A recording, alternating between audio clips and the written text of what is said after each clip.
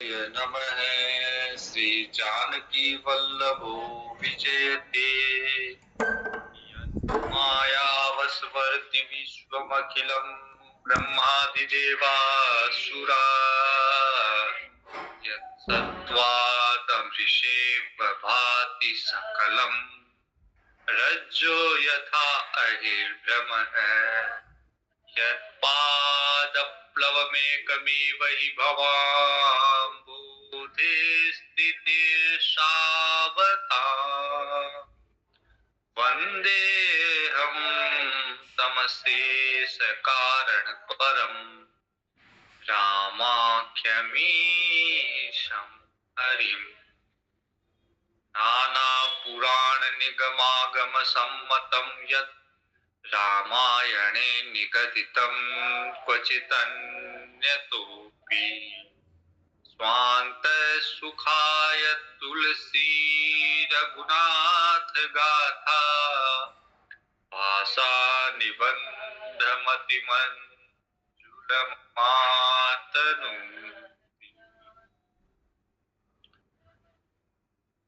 श्री रामचरितमानस के बालकांड में हम लोग श्री भगवान श्री रामचंद्र जी की बाल लीलाएं देख रहे हैं। दोहा संख्या 203 के बाद पढ़ रहा हूं मैं। बाल चरित अति सरल सुहाए, सारद शेष शंभु श्रुति गाए। जिनकर मन इन सन नहीं राता, ते जन वंचित किए विधाता। तुलसीदास जी कहते हैं कि भगवान के बाल चरित्र जो है भगवान का इतना सरल, इतना मन को लुभाने वाला है।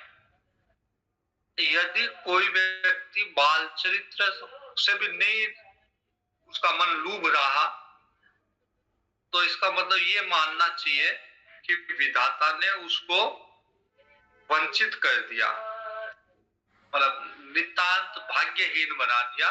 जो भगवान के बाल चरित्र से भी इतना प्रसन्न करने वाले, इतना आनंद देने वाले भगवान का बाल चरित्र भी जिसको अच्छा नहीं लग रहा। भय कुमार जब ही सब भ्राता। अभी भी कई संत लोग हैं जो केवल भगवान के बाल चरित्र को ही सुनते हैं, उसी का चिंतन करते हैं। उनका मन पूरी तरह भगवान की बात केवल बाल लीलाओं में, फिर वनवासी राम में नहीं, राजा राम में नहीं, केवल भगवान के बाल चरित्र में।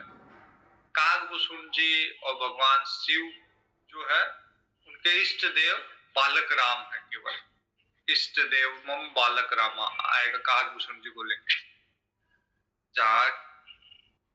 भय कुमार जब ही सब भ्राता, दीन जने वो गुरु पितु माता।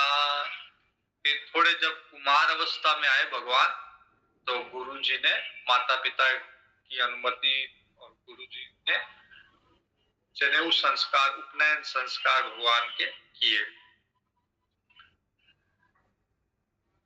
गुरु ग्रह गए पठन रख बुराई, अल्प काल विद्या सब आई। ये प्रसिद्ध चौपाई है। आदर्श विद्या मंदिर के बालक जब प्रार्थना होती है तो प्रतिदिन इस चौपाई को बोलते हैं। गुरु ग्रह भगवान पढ़ने के लिए गुरु जी के घर में गए पढ़ने के लिए। गुरु ग्रह पठन गए रघुराई, और अल्प काल में सारी विद्या आ गई। बहुत ज्यादा लंबा समय नहीं लगा सारी विद्या सीखने के लिए। पहले से ही भगवान से ही सारी विद्या की उत्पत्ति है, तो भगवान को तो क्या सीखना था, लेकिन क्योंकि मनुष्य अवतार में आए हुए हैं, इसलिए जैसा मनुष्य का स्वभाव है या मनुष्य जिस पद्धति से जीवन जीता है, भगवान भी उसका अनुसरण करते हैं। जाकी सहज श्वास श्रुति चारी, सो हरि पढ़ यह कौतुक भारी। तुलसीदास जी कहते हैं कि भगवान की तो सांस ही वेद है, चारों वेद भगवान के श्वास से ही प्रकट हुए हैं। भगवान पढ़ने के लिए भी जा रहे हैं, ये भी एक कौतुकी है। विद्या विनय निपुण गुणशीला, खेलई खेल सकल नृप लीला। चारों भाई विद्या में, विनय में, गुण में, शील में बड़े निपुण हैं और राजाओं की लीलाओं के खेल खेलते हैं। खेल खेल में कोई राजा बन गया, कभी राज दरबार सजा लिया, कभी राजा शिकार के लिए जा रहा है, कभी युद्ध के लिए जा रहा है। इस तरह के बच्चे जैसे खेल खेलते हैं, तो चारों भाई मिलके खेल खेलते हैं। करतल बाण धनुष अति सोहा, देखत रूप चराचर मोहा। भगवान के हाथ में धनुष और बाण है। कई बच्चे भी जो है और कुछ नहीं मिलता उनको, तो जो झाड़ू होती है, झाड़ू का तिनका निकाल के उसका धनुष बना लेते हैं और धनुष बाण से खेलते हैं। भगवान के हाथ में भी धनुष बाण है। जिन भी है रही सब भाई, थकित होई सब लोग लुगाई। भगवान अपने चारों भाइयों के साथ मिलके जब धनुष बाण लेके अयोध्या की गलियों से जाते हैं, तो जिस गली से जाते हैं उसमें उसके गली के रहने वाले लोग भगवान को देख के थकित से रह जाते हैं, भगवान को तकते रहते, देखते ही रहते भगवान को। इतनी भगवान में सुंदरता है।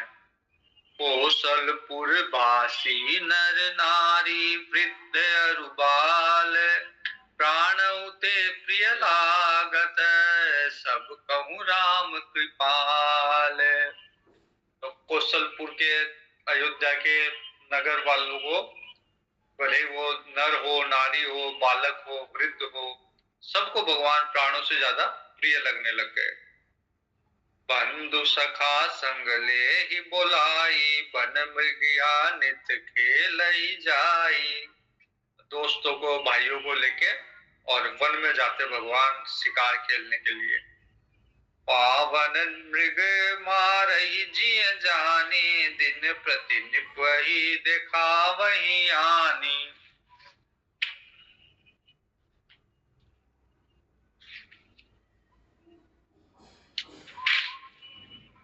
वन में भगवान शिकार खेलते हैं और मन पवित्र भाव, पवित्र समझकर मृग को मारते। मतलब हर शिकार में भी नियम होते हैं, हर पशु का शिकार नहीं होता, उसके भी नियम होते हैं। उस नियम के अनुसार भगवान शिकार करते हैं और प्रतिदिन शिकार जो करते हैं वो लाके दशरथ जी को दिखाते हैं कि आज हमने ये शिकार किया। जे मृग राम बाण के मारे, ते तनु तजी सुर लोक सिधारे। भगवान के बाण से जो पशु मरा है वो तो सीधा स्वर्ग लोक ही जाता है। अनुज सखा संग भोजन करही, मातु पिता आज्ञा अनुसरही।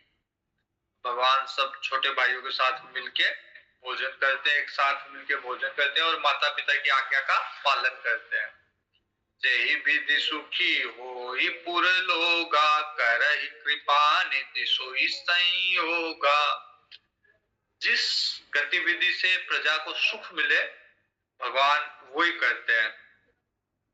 वेद पुराण सुनहि मन लाई, आप कहि अनुजन समुझाई। भगवान वेद पुराण सुनते हैं और खुद भी करते हैं, अपने छोटे भाइयों को समझाते हैं वेदों में क्या लिखा हुआ है, क्या लिखा हुआ है। शास्त्र अध्ययन निरंतर भगवान करते हैं। कृष्ण अवतार में भी भगवान का ये नियम था, जब भगवान की दिनचर्या दी हुई है तो भगवान का कृष्ण अवतार में भी ये नियम है कि सुधर्म सभा में जाके भगवान नित्य वेद पुराणों का अध्ययन करते हैं। और यहाँ राम अवतार में भी भगवान हर अवस्था में, चाहे वन में हो, चाहे महल में हो, चाहे फिर राजा बन गए उस समय की बात हो, भगवान जो है वेद पुराणों का अध्ययन नित्य करते हैं। प्रात प्रात काल उठ के रघुनाथा, बात मातु पिता गुरु ना वही माथा। प्रातः जल्दी उठ के भगवान सबसे पहले माता पिता को प्रणाम करते हैं, फिर गुरु जी को प्रणाम करते हैं। ये दिनचर्या है भगवान की। आय सुमांग करहि पुर काजा, देख चरित हर सही मन राजा। राजा से दशरथ जी से आज्ञा लेके राज कार्य करते हैं, जिसको देख के राजा का मन भी, दशरथ जी का मन भी प्रसन्न होता है। भगवान इतनी लगन से राज कार्य करते हैं, प्रजा की भलाई के कार्य करते हैं, जिसे देख के दशरथ जी प्रसन्न होते हैं। व्यापक अकल अनीह अजय, निर्गुण नाम न रूप, भगत हेतु नाना विधि, करत चरित्र अनूप।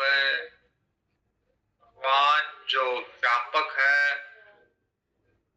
अकल है, अकल मतलब जिनका भाग नहीं होता, जिसका कोई अव्यय नहीं है, तो जो व्यापक है, अकल है, इच्छा रहित है, अजन्मे है, निर्गुण निराकार है, किसी नाम रूप के अंतर्गत भगवान नहीं आते, वो भगवान भक्तों के लिए तरह तरह के चरित्र कर रहे हैं। जो कभी जन्म नहीं होता जिस भगवान का, वो भी भगवान जन्म लेके भक्तों के लिए जन्म लेके और तरह तरह की लीला कर रहे हैं। यह सब चरित कहा मैं काई, आगिल कथा सुनहु मन लाई। तुलसीदास जी कहते हैं कि ये मैंने सारा चरित्र सुनाया, भगवान की बाल लीला का सारा चरित्र सुनाया, भगवान की दिनचर्या बताई, भगवान भाइयों के साथ कितना प्रेम था वो सब बताया, माता पिता के गुरु के आज्ञाकारी है, ये सारा चरित्र मैंने भगवान का बताया। अब आगे जो कहानी बढ़ती है रामचरित्र की, मानस की, अब उसके ऊपर मैं ले जाता हूं आगे क्या हो रहा है। तो आगे विश्वामित्र जी आते हैं भगवान को लेने के लिए। विश्वामित्र महामुनि ज्ञानी, बसहि विपिन शुभ आश्रम जानी। विश्वामित्र महामुनि है, ज्ञानी है, वन में पवित्र स्थान में आश्रम बना के रहते हैं विश्वामित्र जी। जह जप यज्ञ जोग मुनि करही, अति मारीच सुबाहु डरही। मुनि विश्वामित्र जी जप योग नियम अपने करते हैं, लेकिन उनको हमेशा भय रहता है मारीच और सुबाहु का। मारीच सुबाहु आके उनके यज्ञ को विध्वंस करते रहते हैं, उनको डराते रहते हैं, यज्ञ में तरह तरह की बाधाएं उत्पन्न करते हैं, इसलिए वो उनसे भय रहता है उनको, मारीच और सुबाहु से। देखत यज्ञ निशाचर धावहि, करहि उपद्रव मुनि दुख पावहि। जैसे सुबाहु और मारीच नामक जो राक्षस है, उनको पता चलता है यज्ञ हो रहा है, तुरंत आते हैं और उपद्रव करते हैं, मुनियों को तरह तरह से परेशान करते हैं। गादि तनय मन चिंता व्यापी, हरि बिनु मरहि न निशिचर पापी। विश्वामित्र जी ने ध्यान लगा के देखा कि ये कैसे मरेंगे, सुबाहु और मारीच, इनकी मृत्यु कैसे है, तो पता चला कि ये तो इनकी मृत्यु तो भगवान के द्वारा है। हरि बिनु मरहि न निशिचर पापी, ये निशाचर है, ये राक्षस है, ये भगवान के बिना नहीं मर सकते, इतने बलवान बलिष्ठ है कि हर कोई इनको नहीं मार सकता। खुद मार नहीं सकते विश्वामित्र जी, क्योंकि खुद यज्ञ में दीक्षित है, तो अब हिंसा नहीं कर सकते, इसलिए स्वयं मार नहीं सकते। और दूसरा, अन्य कोई इतना योग्य नहीं है कि राक्षसों को मारे। तब मुनि बर मन कीन विचारा, प्रभु अवतरे हरण मही भारा। फिर भगवान विश्वामित्र जी के ध्यान में आया कि भगवान तो आए हुए ही हैं धरालोक में, राक्षसों को मारने के लिए भगवान ने अवतार ले ही रखा है, पृथ्वी का भार, जो राक्षसों के कारण पृथ्वी के ऊपर भार है राक्षसों का, उसे हल्का करने के लिए भगवान ने अवतार ले ही रखा है।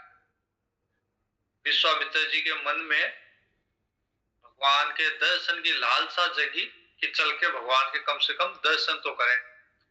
एहू मिस देखो पद जाई, करी बिनती आनो दो भाई। विश्वामित्र जी सोचते, मन में विचार करते कि इसी बहाने से कि यज्ञ की रक्षा भगवान से करवाना है, इसी बहाने से चल के भगवान के चरण कमल देखूंगा तो सही कम से कम। ज्ञान विराग सकल गुण ऐना, सो प्रभु मैं देखब भरी नैना। जो ज्ञान वैराग्य और सब गुणों के धाम है, ऐसे भगवान को अपनी आंखों से देखूंगा मैं। बहुविधि करत मनोरथ, जात लागी नहीं बार। करी मज्जन सरऊ जल, गए भूप दरबार। विश्वामित्र जी ने जैसे विचार कर रहे थे और तरह तरह के मनोरथ कर रहे थे कि भगवान को जाके भगवान के दर्शन करूंगा, कैसे दिखते होंगे भगवान, ऐसे मनोरथ कर ही रहे थे कि तुरंत ही अयोध्या जी पहुंच गए और सरयू जी में स्नान करके राजा के दरबार में उपस्थित हुए। मुनि आगमन सुना जब राजा, मिलन गयहु ले विप्र समाजा। जब राजा को पता चला, दशरथ जी को पता चला कि महामुनि विश्वामित्र जी आए हैं, दशरथ जी विप्रों को लेके शांति वाचन करते हुए ब्राह्मण लोग गए और विश्वामित्र जी को लेके आए। करी दंडवत मुनि सन्मानी, निज आसन बैठार नियानी। भगवान ने, दशरथ जी ने दंडवत प्रणाम किया विश्वामित्र जी को, लाके अपने आसन पे बिठाया। चरण पखारी की नियति पूजा, मौसम आज धन्य नहीं दूजा। विश्वामित्र जी के चरण पखारे और चरण उदक जो था वो सबको दिया और मन में विचार भाव ये कर रहे हैं कि मेरे जितना धन्य आज कौन है जिनके यहाँ विश्वामित्र जी आए हैं। विविध भांति भोजन करवावा, मुनिवर हृदय रस अति पावा। विश्वामित्र जी को तरह तरह से भोजन करवाया और विश्वामित्र जी को भी बड़ी प्रसन्नता है दशरथ जी से मिलके। मुनिक चरणनि मेले सुतचारी, राम देखी मुनि देह बिसारी। दशरथ जी ने चारों पुत्रों को लाके मुनि के चरणों में रखे। जैसे ही मुनि ने, विश्वामित्र जी ने राम को देखा, राम को देखते उनको अपने शरीर का भी होश नहीं रहा, इतने प्रसन्न हो गए विश्वामित्र जी, इतना आनंद आया। भय मगन देखत सुमुख शोभा, जनु चकोर पूरण शशि लोभा। जैसे चकोर पक्षी चंद्रमा, पूर्ण चंद्रमा को तकता रहता, देखता रहता है, वैसे ही विश्वामित्र जी राम जी को तकने लग गए, देखने लग गए, एकटक देखने लग गए। तब मन हर्षि बचन कह राहु, मुनि अस कृपा न करिय कीन्ही काहू। केहि कारण आगमन तुम्हारा, कहूं सो करत न लावहि बारा। दशरथ जी कहते कि हे मुनि, बड़ी कृपा की आपने, और आप बताइए कि कैसे आना हुआ, और आप जो भी आदेश देंगे तुरंत उसको मैं पूरा करूंगा, कहीं पे भी विलंब नहीं होगी आपके आदेश की। जो भी आदेश जिस भी कारण से आप आए हो, तुरंत उसको पूरा किया जाएगा।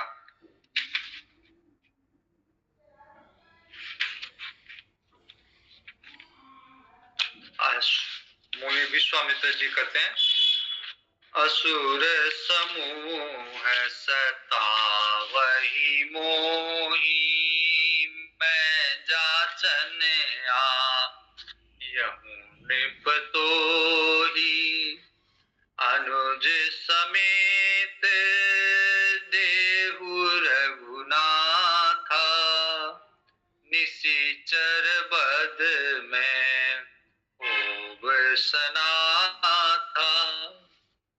विश्वामित्र जी कहते हैं कि हमें ऋषियों को राक्षस लोग बड़े परेशान करते हैं। ऋषि असुर समूह सतावही, हमें असुरों के समूह बहुत परेशान कर रहे हैं, सता रहे हैं। और मैं आपकी परीक्षा लेने आया हूं कि आप हमारी मदद कर पाओगे या नहीं कर पाओगे। मदद कैसे होगी कि मेरे को रघुनाथ जी, मेरे को राम जी दीजिए अनुज सहित, लक्ष्मण जी और राम जी हमें प्रदान करिए, ताकि वो राम जी जाके इन राक्षसों को मारे और हम जो है निर्भय हो।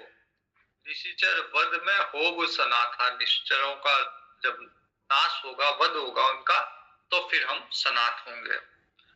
देहु भूप मन हरषित तजहु मोह ज्ञान, धर्म सुजस प्रभु तुम को इन कहति कल्याण। वाल्मीकि जी कह रहे हैं कि देवो, लेकिन प्रसन्न मन से देवो, दुखी होके मत दो। राम लक्ष्मण को हमें सौंपिए और प्रसन्नता के साथ सौंपिए। मोह, आपका जो पुत्र में जो मोह है वो एक अज्ञान है। उस अज्ञान को धारण नहीं करके आप राजा हो, तो राजा का धर्म है प्रजा की, विशेषकर साधु संतों की रक्षा करना। तो इस ज्ञान, अज्ञान को पुत्र विषय जो मोह है, उस अज्ञान को छोड़ के अपने कर्तव्य का पालन करते हुए प्रसन्नता के साथ राम लक्ष्मण हमें प्रदान करें। इससे क्या होगा कि धर्म सुजस प्रभु तुमको, आपको धर्म होगा, आपका यश बढ़ेगा, कीर्ति बढ़ेगी कि राजा ने अपने पुत्र को साधु संतों की सेवा में लगा दिया। तो ये आपको यश भी मिलेगा, धर्म भी मिलेगा। और इनका है अति कल्याण, और इनका राम लक्ष्मण का कल्याण होगा। अब भगवान का तो क्या कल्याण होना है, लेकिन कल्याण विवाह को भी बोलते हैं वैसे। तो विश्वामित्र जी कहते हैं कि अगर ये मेरे साथ जाएंगे तो मैं इनका विवाह करवा दूंगा, इनका कल्याण होगा, अर्थात इनका विवाह हो जाएगा मेरे साथ भेजोगे तो। सुनी राजा अति अप्रिय बानी, हृदय कंप मुख दुति कुमुलानी। जैसे ही विश्वामित्र जी ने कहा राम लक्ष्मण को देव, दशरथ जी को कतई अच्छा नहीं लगा ये विश्वामित्र जी का कि ये आज्ञा दशरथ जी को कतई अच्छी नहीं लगी।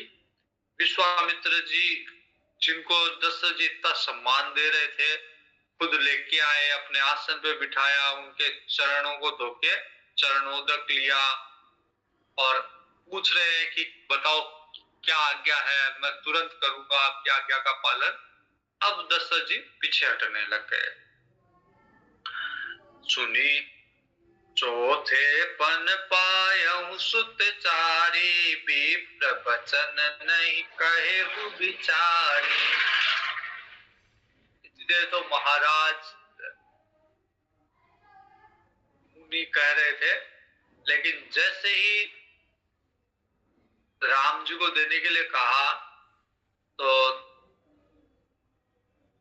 दशरथ जी कहते हैं कि हे विप्र, हे ब्राह्मण, सोच के नहीं बोल रहा, क्या बोल रहा है, क्या मांग रहे हो? मैंने बुढ़ापे में चौथेपन में इनको प्राप्त किया है, मेरे पुत्र हुए चारों, ये बुढ़ापे में प्राप्त हुए हैं मेरे, तो मैं कैसे इनको दे सकता हूँ? मांगहु भूमि धेनु धन कोसा, सर्वस देहु आज सहरोसा। आपको मांगना ही है तो मांगिए ना। मांगने के लिए भूमि मांग लीजिए, जगह मांग लीजिए, गाय मांग लीजिए, धन मांग लीजिए, मेरा कोष मांग लीजिए, सब दे दूंगा, सब कुछ दे दूंगा। सर्वस देहूं आज सहरोसा, और प्रसन्नता के साथ दूंगा। आप मैं पूरा का पूरा कोष मांग लीजिए, मैं प्रसन्नता के साथ दे दूंगा। देह प्राण ते प्रिय कछु नाही, सो मुनि देहु निमिष एक माही। सबसे ज्यादा प्रिय अपने प्राण होते हैं। अगर आप मेरे प्राण भी मांगोगे तो मैं 1 सेकंड में आपको अपने प्राण भी दे दूंगा। सब सुत प्रिय मोहि प्राण की नाई, राम देत नहीं बनई गोसाई। दशरथ जी कह रहे हैं कि सारे चारों पुत्र मेरे को प्राणों की तरह प्रिय है। आप इन्हें मांग रहे हो, लेकिन चारों पुत्र मेरे को प्राणों की तरह प्रिय है, और उनमें भी राम, राम तो प्राणों से भी अधिक प्रिय है। तो राम देत नहीं बनई गोसाई, राम को नहीं दिया जाएगा। जो दशरथ जी स्वयं चला के पूछ रहे थे कि आप आज्ञा करें, एक क्षण में आपकी आज्ञा का पालन करूंगा, अब कहते हैं, अब मना कर गए कि अब कहते हैं कि राम को देते हुए नहीं बनता, राम नहीं दिया जाएगा, स्पष्ट मना कर दिया। कह निशिचर अति घोर कठोरा, कह सुंदर सुत परम किशोरा। और आप राम को किस लिए ले जा रहे हो? राक्षसों को मरवाने के लिए? कुछ तो विचार करो कि राक्षस कितने कठोर है, कितने घोर कठोर है, और मेरा ये राम जो है अति सुकोमल, कैसे मारेंगे? राम जी कैसे राक्षसों को मार पाएंगे?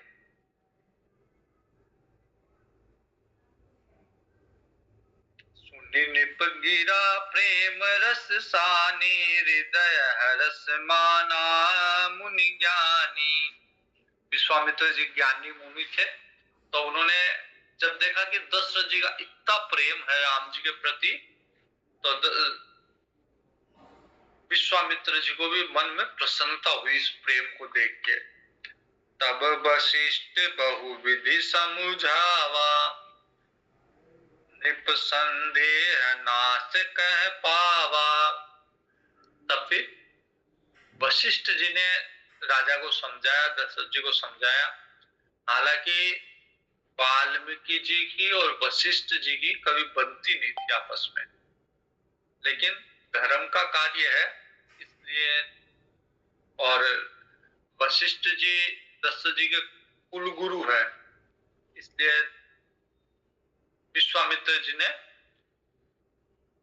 वशिष्ठ जी को कहा, और वशिष्ठ जी धर्म का पालन करने के लिए धर्म के मार्ग में कोई रोड़ा नहीं अटका रहे, बल्कि विश्वामित्र जी की सहायता कर रहे।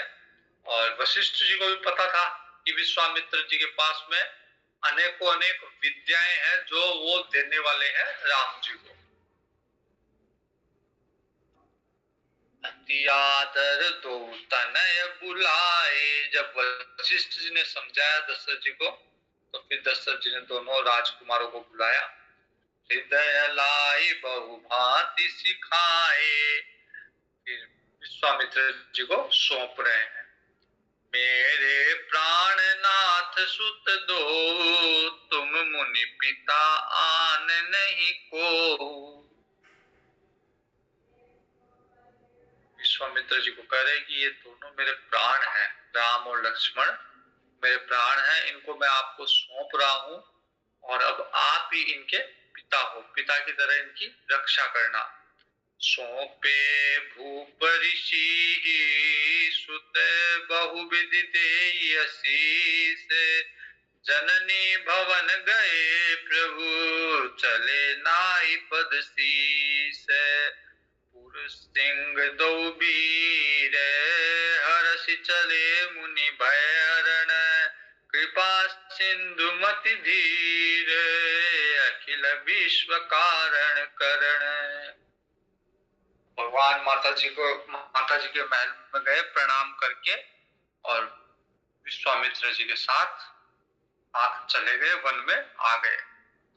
अरुण नयन उर बाहु विशाला, नील जलज तनु श्याम तमाला, कटिपट पीत कसे बर भाथा, रुचिर चाप सायक दुहाथा। श्याम गोर और सुंदर दो भाई, विश्वामित्र महानिधि पाई।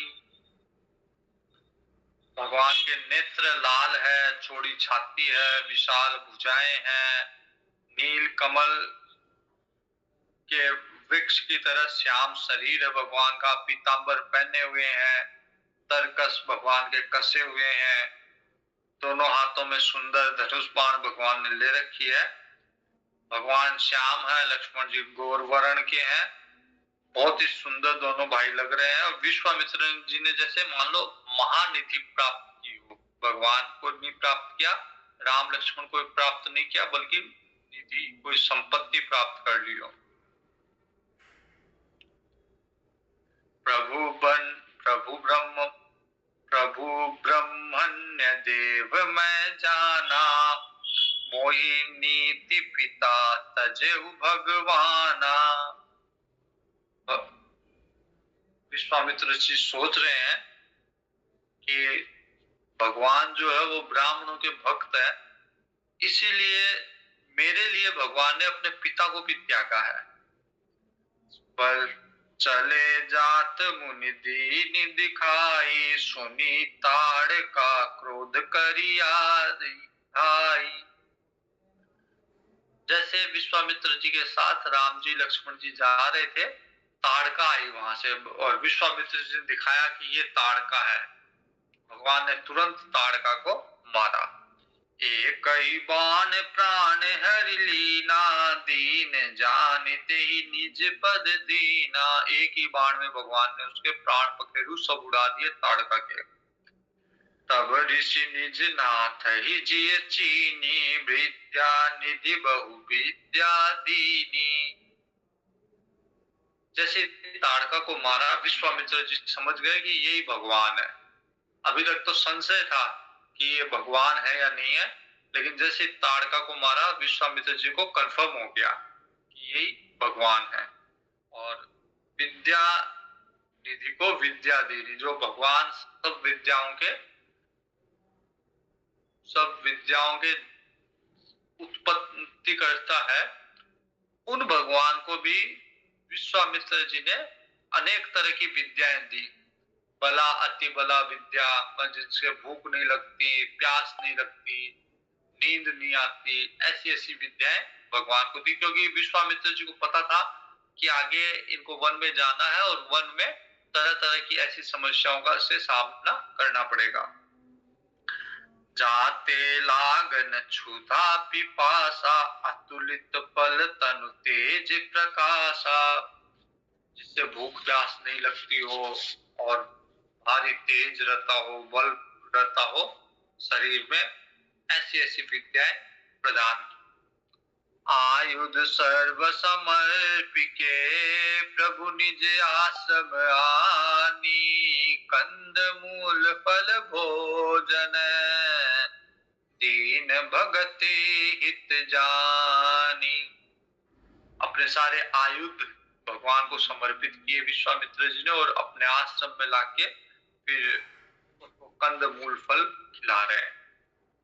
प्रात कहा मुनि सन रघुराई, निर्भय यज्ञ करहु तुम जाई। दूसरे राम जी अपना धनुष बाण लेके तैयार, और अब मुनियों से कह रहे हैं कि अब आप निर्भय होके अपने यज्ञ हवन करिए, अब मैं देखता हूं कौन राक्षस आता है। होम करन लागे मुनि झारी, आप रहे मख की रखवारी। ऋषियों ने होम आहुतियां देना प्रारंभ किया। भगवान यज्ञ की रक्षा में धनुष बाण लेके राम जी लक्ष्मण जी तैनात।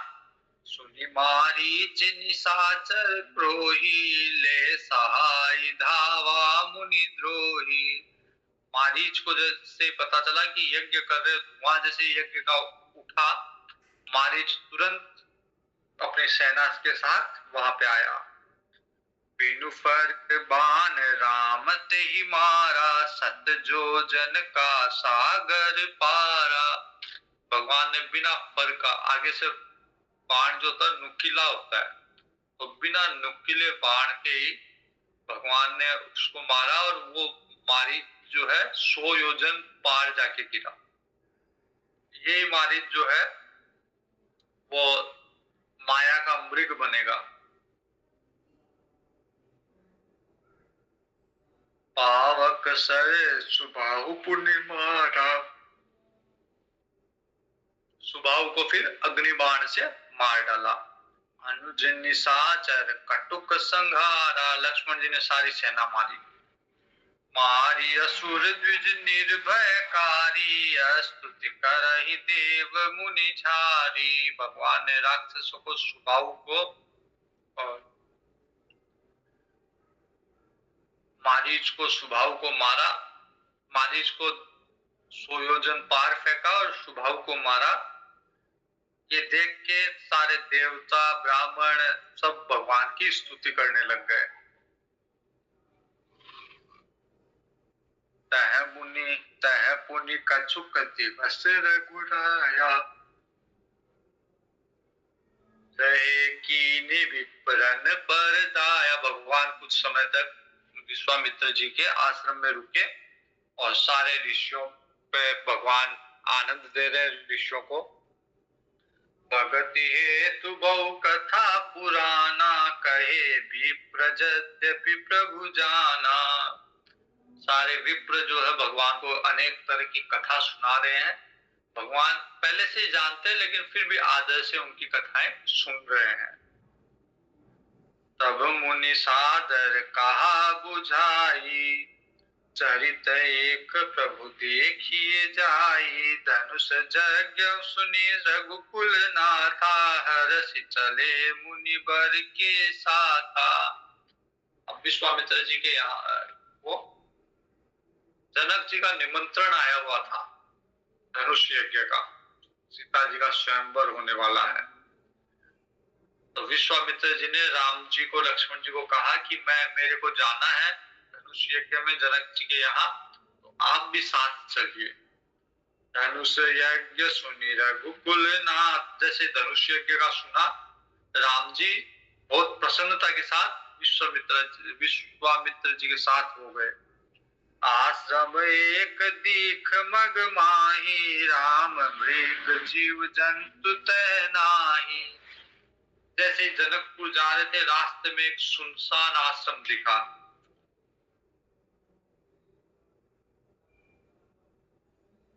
बक्सर के पास है ये आश्रम।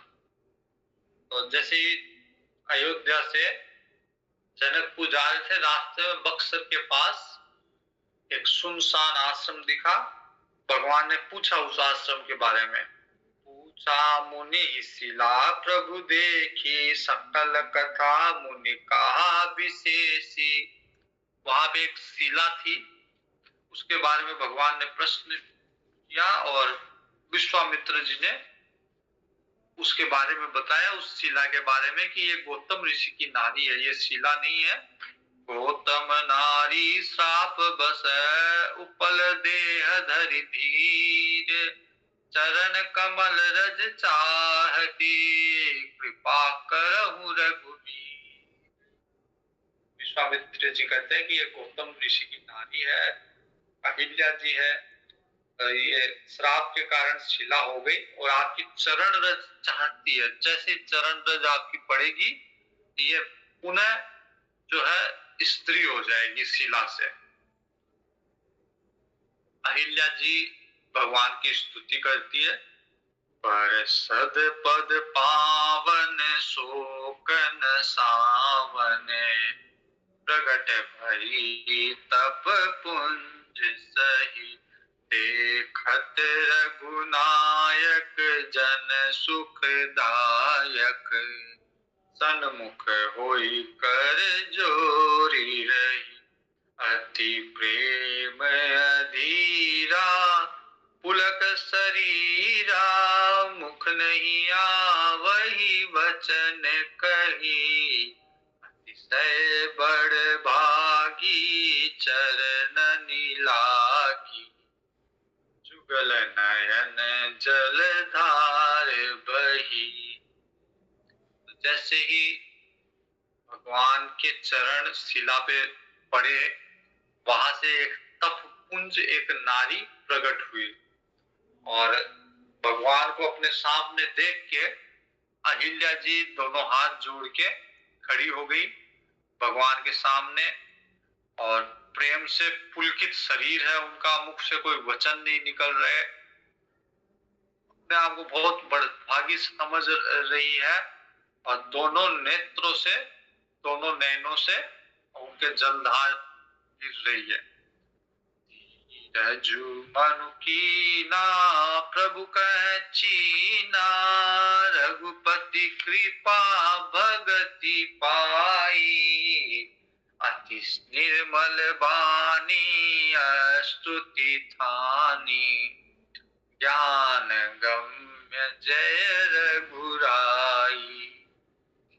तो जैसे भगवान को देखा, भगवान को पहचाना और भगवान से भक्ति प्राप्त की, अति निर्मल वाणी में स्तुति करने लग गई अहिल्या जी।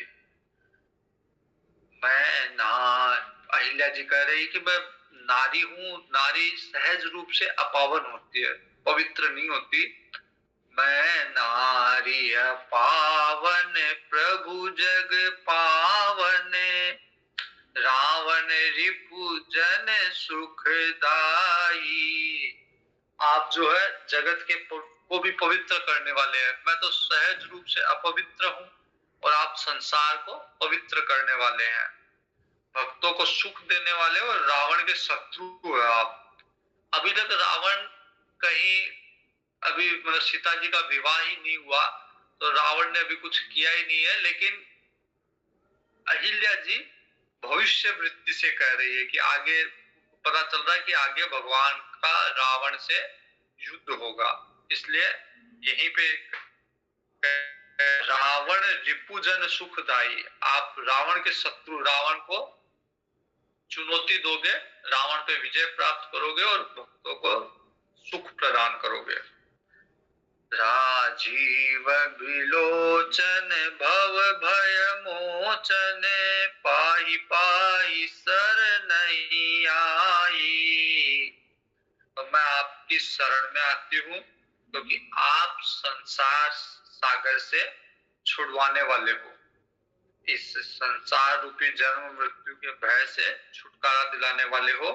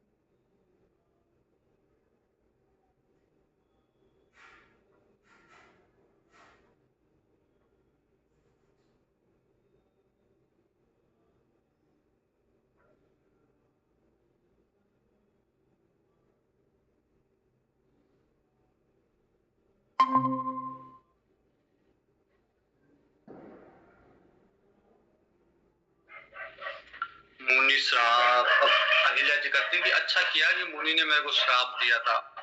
मुनि श्राप जो दीना अति भल कीना, परम अनुग्रह में माना। मैं मुनि का अनुग्रह मानती हूँ कि उन्होंने मेरे को श्राप दिया। देखे भरी लोचन हरि भव मोचन, यही लाभ शंकर जाना। बिनती प्रभु मोरी भैमति भोरी, नाथ न मांगहूं बर आना। अहिल्या जी कहती है कि अच्छा किया मुनि ने जो मेरे को श्राप किया, क्योंकि इसके कारण आपके दर्शन हो गए। इस श्राप के कारण आपके चरणों के दर्शन, जिसका लाभ क्या होता है ये भगवान शिव को ही पता है। इसलिए मेरी मति जो है भोली है, मैं ज्यादा कुछ जानती नहीं हूँ। मैं एक ही वरदान चाहती हूँ आपसे, पद कमल परागा रस अनुरागा, मम मन मधुप करे पाना। मेरा मन रूपी जो भौरा है वो हमेशा आपके चरण कमल का प्रयाग का रसपान करता रहे। जेहि पद सुर सरिता परम पुनीता, प्रगट भई शिव शीस धरी। आपके चरणों से जो गंगा जी निकली थी, इन्हीं चरणों से जो गंगा जी निकली थी वो शिव जी ने अपने सर पे धारण की। सोई पद पंकज जेहि पूजते अज, मम सिर धरे हु कृपाल हरि। और जैसे ही भगवान शिव ने भगवान भगवान के ने जब विश्व रूप धारण किया था तो ब्रह्मा जी ने उन्हीं चरणों की अर्चना की थी, और वही चरण आज मेरे सर पे शिला के, जब मैं शिला के रूप में हूँ तो मेरे ऊपर आपने धरे हैं वही चरण। यही भांति सिधारी गौतम नारी, बार बार हरि चरण परी, जो अति मन भावा सो बर पावा, गे पति लोक आनंद भरी। तो गौतम नारी ने जो दुर्लभ भक्ति का वरदान मांगा था वो वरदान प्राप्त करके और अपने पति के लोक में आनंद से भर के अपने पति गौतम ऋषि के पास चली गई। अस प्रभु दीन बंधु हरि, कारण रहित दयाल, तुलसीदास सठते ही भजू, छाड़ कपट जंजाल। तुलसीदास जी कहते हैं ऐसे भगवान को जो बिना कारण के दया करते हैं, गौतम ऋषि की नारी को, अहिल्या जी को जिन्होंने बिना कारण के अहेतु के कृपा करके उनको पार किया, ऐसे भगवान सारे कपट जंजाल को संसार के छोड़ के ऐसे भगवान की शरण में जाके उनकी उनका भजन करना चाहिए। तो यहाँ 7वां विश्राम है मास पारायण, यही आज विश्राम करते हैं, शेष कल देखेंगे। वीर मारुति गंभीर मारुति, धीर मारुति अति धीर मारुति, गीत मारुति संगीत मारुति, मारुति रामदूत मारुति, भक्त मारुति परम भक्त मारुति, परम भक्त मारुति, परम भक्त मारुति। हरिओम।